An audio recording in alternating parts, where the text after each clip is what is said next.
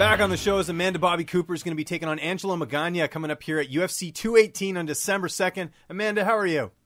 I'm doing great. I'm very excited. Very well. Awesome. Well, that's good to hear. Am I just getting you before practice or after practice? I just got out of practice. Perfect. Yep. Okay, good stuff. Well, I appreciate it. And first off, how excited are you to be on this card? I know this is kind of like a dream for you to be able to fight in Detroit for your next matchup. I'm really excited. I haven't fought in Michigan since I was an amateur. And, I mean, the Little Caesars Arena is brand new, so I'm really excited to see that. And I know a lot of the people that are going are excited to see the new arena and, fighting. And I live, 15 minutes away from the arena, so that's going to be pretty cool. I'm really excited. Was this something you expected, or did this, when you got the call, were you kind of like, yes, finally? Yeah, I mean, I knew when they were going to be in Detroit that, I was like, of course they're going to have me on it. And then as, time went on, they were, putting less and less Detroit people on it. I was like, wow, I actually got pretty lucky because there's not any Detroit people on the card, which is crazy. Yeah, it's really surprising considering how many fighters that are in the UFC from Michigan, even originally. It's insane, Yeah, I can't believe that they don't have more fighters on it. It's yeah, I don't know what the thinking is there, but how many people have been hitting you up for tickets trying to go to this card? Because, again, I imagine you're going to get a lot of support. Yeah, and I don't sell tickets. I'm like, go online. Exactly, I know. That's probably the most annoying part. It's one of the things, when I was an amateur, even as when I fought in Michigan, I had to stress about it, selling tickets and getting right, and now I don't have to worry about it. I'm like, do it on your own. I don't care what happens. I don't care what time I fight. Everyone has a million questions to ask. I'm like, don't message. I don't even respond back to people. It sounds bad. I can't even do it. I don't know. Yeah, just tell them, go to Ticketmaster, leave me alone. Let me worry about the fight, right? Yeah, I put it all online once, twice maybe, but then after that I'm like, go find it. Google it. You'll find out. You've known about this fight for a while. Does that make things a little bit easier just with the fact that you can get a full training camp in? You don't have to, do anything on short notice or anything like that? Oh, yeah. I haven't fought since March. So, I've been training nonstop, and I knew that I was going to fight in Detroit, but after I lost my fight in March, I was thinking maybe I would fight in September. Or August or something, so I was training for that, hoping to pick even up a last-minute fight because I wanted to stay working. But, once he told me I was fighting in Detroit, I'm like, all right, I think I had 3 months. I'm like, I can do this. That's it. I got 3 months to prepare. I'm ready for it. Yeah, I was going to ask you about that if the layoff bothered you at all, but I guess, at the same time, you want to make sure you're on this card as well because this is a huge deal. I mean, there's so many Michigan fighters who aren't on this card. I'm sure they're bummed out they're not on there, right? I don't mind layoffs. I mean, obviously, I want to keep fighting and get paid and do that. But layoffs are good, especially after a loss. I could really I fought fights back to back before after a loss, and it kind of messes you because you mentally have not recovered from your loss. You still feel down. You still feel sad. You still feel upset. Now I've had enough time to train and feel better, and I don't even feel like I lost. I feel good. So I think I've recovered. I've had enough time to recover. Mentally, physically is easy, but mentally is the hardest. Yeah, no, I imagine. And what did you sort of take away from that fight with Cynthia Calvillo? Again, it was a short notice thing. She came in and you guys fought at UFC 209. Yeah, I think I took more away the pre-fight, what I was doing in the warm-up, what I was doing, leading up to my camp. And, I went back with my coaches and obviously I made mistakes in the fight, but it was more before the fight that I struggled with in the warm-up and not getting a good enough warm-up, not warming up hard enough because I was, as soon as the fight started, I wasn't focused. So, I've just been, and one of my coaches is good at, he calls it his flow zone. He's getting me into this flow zone in the gym, we're doing sparring and we'll do a complete warm-up now and we'll get in that flow zone right into the first round. So he's really helped me get that focus level because that's something I've struggled with since I was an amateur boxer is getting focused. And now I feel really confident, in all of my sparring matches, all of my everything I do in the gym that's live, I can get focused in the first minute now, and I never used to have that before. So it's an interesting thing to have to that is a weird thing to prepare for, I guess, because normally I'm preparing I'm grappling more, I got beaten jiu-jitsu, so I need to do more grappling, which I have been, or I need to do more striking or whatever it is. But now I'm preparing before the fight, which is actually really neat, and I'm glad I found out about it because. I struggled with it my whole life, and now I'm feeling very confident in the fact that I can get focused in the first second, Well, it's just another piece in your arsenal, pre-fight that you can use sort of going into a fight. So I'm sure that gives you even more confidence knowing you have that other thing to kind of focus on heading into a fight like this. Right, exactly. Cool. So they tell you you're fighting Angela Magana. Were you surprised at all? Because I think a lot of people thought they just assumed she wasn't in the UFC anymore. Yeah, they actually gave me a couple names, and I asked for Angela Magana. So I was like, I don't know if she's still fighting or what's going on, but that would be a great fight for me. I know, she's had a lot of fights. She has a lot of experience. I watched her in the Tough.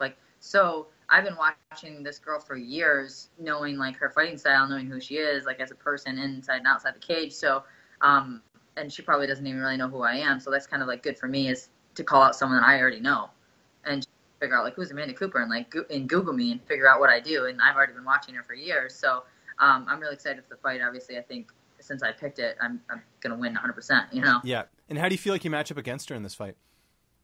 I definitely think my striking is way better. I completely, I don't know what she could even give me that would be an issue. She's more of just a high body lock, grab him to the cage, kind of slowly work for takedowns. And I'm an explosive, exciting fighter. So I think that she's going to have, she's going to try to like do this slow, grappling, weird style. And I'm just going to pick the pace on her. She grabs a hold of me. I'm taking her down. I'm putting her on her back. Like I'm feeding her ground and pound. And I'm just going to show her what a fast-paced young fighter is going to feel like. Some people don't like her because of the whole thing with her bullying other fighters, specifically, Chris Cyborg. Does that stuff bother you at all, or you don't even care? You're just focused on her as the fighter? No, yeah, I don't care. I know people are like, you have to beat her. You have to. No, I mean, I have, because that's my life. I don't have to beat her because she talked crap to some other fighter. None of that bothers me. I don't really care who she is outside of the cage. I care, what I care about is beating her on December 2nd. So, no, doesn't matter to me. I'm just focusing on the fight. And like I said, she doesn't care who I am as a person. Why would I care who she is, whether it's good or bad? Yeah, no, I agree with that. You mentioned training camp there. Who are some of your main training partners that are helping you get ready for this fight? I know you brought in a few people, right, if I'm not mistaken? Yeah, well, I went to Vegas and trained at Syndicate for a few weeks with Roxanne Modafferi and, Jesse Just and a few other fighters that they had staying out there. So I got in some really good training there. Like every day was the best training session of my life. I kept saying this is, the coach John Wood is very good as well. And I had a lot of fun and learned a lot just from the couple weeks that I was there.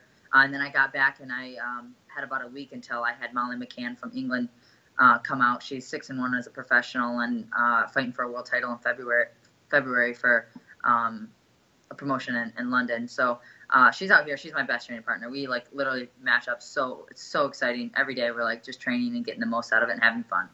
And I'm guessing that relationship with Syndicate, because a couple of your cast members in The Ultimate Fighter train out there. Like I know Eric Spicey, for example, is out there at Syndicate. Was that sort of how that got all set up? Yeah, Eric came out and saw me for a little bit, for a couple of days, and we hung out. And he was like, "Yeah, you should definitely come out." I messaged Roxanne. She was like, "I could really use a partner." And so I stayed with Roxanne, and like Corey Hendricks is there, Khalil's out there, Andrew Sanchez, and Eric Spicey. So pretty much, yeah, all the crew. And then Jamie Moyle came out for one day and did some sparring with us. So yeah, it was comfortable. We went to the PI every day and had lunch, and got to hang out with them and kind of just like brush up on some old memories. Is there any plans to go back, maybe in the future, just because a lot of your friends are out there training there? Yeah, definitely. I had a great time there. This is definitely something I want to do, is keep going back, because I really did get a good training. It felt like a family. It felt, that's important to me, is I have enough stuff going outside of the gym. So when I go into the gym, I want to feel perfect. I want to feel like this is the easy part. So they made me feel good there for Excellent. Sure. We're a couple weeks out from this fight. How's the weight cut going, getting down to 115? Weight cut's amazing. I always do it myself because I know what my body feels good on. I know what how I lose. It makes sense. People are like, I need to diet. I always do it myself because I know like how to lose weight. I'm like, don't eat like a fat kid, But I actually have a guy at the gym that just started doing nutritional stuff. And I heard a lot of people say some good things about it. And I'm like, hey, let's try it out. I'm willing to, because like, what can it hurt other than fuck up my weight? But I'm working with him for at least 8 weeks now. And I'm telling you what, I can't even believe that I've never done this before. Because I feel it's amazing what he's done for me. And his name's Dylan Dunnington. And his thing is called Target Nutrition. And I've never been able to train as hard and as many times as I do without feeling to run down. Usually I'm 3 weeks out. Usually I'm literally like angry, don't want to go to the gym. I'm looking for reasons to like fall asleep, but like he makes me feel so good. And I'm like, wow, I used to do it on my own. I always made weight, but I'm really, really happy with the results that he's given me. And obviously the best thing is being able to feel good and being able to train as much as I do. How do you see this fight ending on December 2nd? You're going to win, otherwise you wouldn't have taken the fight, but how do you sort of see it unfolding? Yeah. Yeah, she hasn't fought in a few years. I think she's going to be really, and she's tough. I know she not finished a whole lot, but I do think that she's going to have some ring rust. I think she's not really, I'm sure she's not getting the best training in Puerto Rico right now. I've been training to kill it the first round because like I said, that's my issue before. I'm training to come out and smash her the first round, and I see her desperately diving for takedowns, and my hands just lighting her up and probably getting a finish on the ground with a TKO. Were you surprised to see Rose Namajunas defeat Joanna the way she did at UFC 217? I shouldn't have been surprised because Rose is a very, very good fighter. Like, I was surprised though. Like, even as fighters, I'm smarter than to get caught up in the hype. Joanna is not unbeatable. Joanna is not the best in the world. Joanna is, everyone, they want to make you believe that. And sometimes it does get in your head. You're like, man, she is so good. Who's going to beat her? So when Rose won, I was shocked. But I go, why was I so shocked? I should have known. Rose is very talented. Rose can do it, and she obviously did. And I was impressed that it was a first round. And I think Joanna is someone that gets better every round. And it was so smart. And I'm thinking, okay, if her cardio gets better, and I feel like that's how I fight. Every round I get better. I think Rose figured out, man, I got to go after her this first round because she is very good. And it's 5 rounds. She's used to fighting 5 rounds. Excellent. Last time we talked, you were talking about playing some video games. Are you still playing any games right now during this training camp at all? I did before Molly got here, and then Molly's here, and we have fun, and we train, and we goof around, and we train, and honestly, I play video games to keep my mind off of it, and that's what Molly's doing for me too.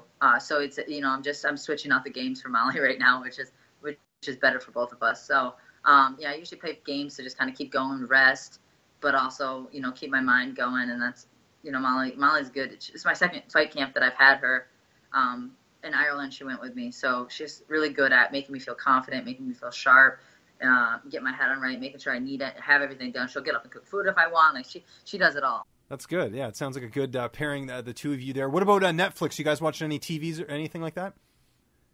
I always watch something, I guess. Always have something on. I finished Stranger Things because that's everyone has to watch that, I guess. Right, exactly. It's like mandatory. Pretty much everyone I've talked to is like, yeah, Stranger Things season 2. So except for me, I haven't watched it yet, but it's on my list of things to do. Yeah, so. Molly needs to finish it, but I finished it. So okay, good for you. Well, this is going to be a great fight. UFC 218 coming up here December 2nd. Amanda, always good talking to you. Just remind people where they can find you on social media. If you got any thank yous or shout outs, the floor is yours. Yeah, both of my Instagram and Twitter accounts is at ABC Nation 115. So you can find me on either one. Follow me. I post training videos, training footage, fight news, everything. So just follow me, and that's it. Perfect. Any sponsors? Any shout outs? Anything like that? I do work for Title Boxing. I only work a couple days a week, and since I have my fight scheduled, they kind of they are so good at letting me know. They pay me monthly. They give me the hours I need. I met a lot of cool people there too. So, sponsor, yes. The shout out is Title Boxing in West Bloomfield. So, it's cool that they do so well for me. And, hopefully I'm going to be working with a manager soon. I'll have some more sponsors.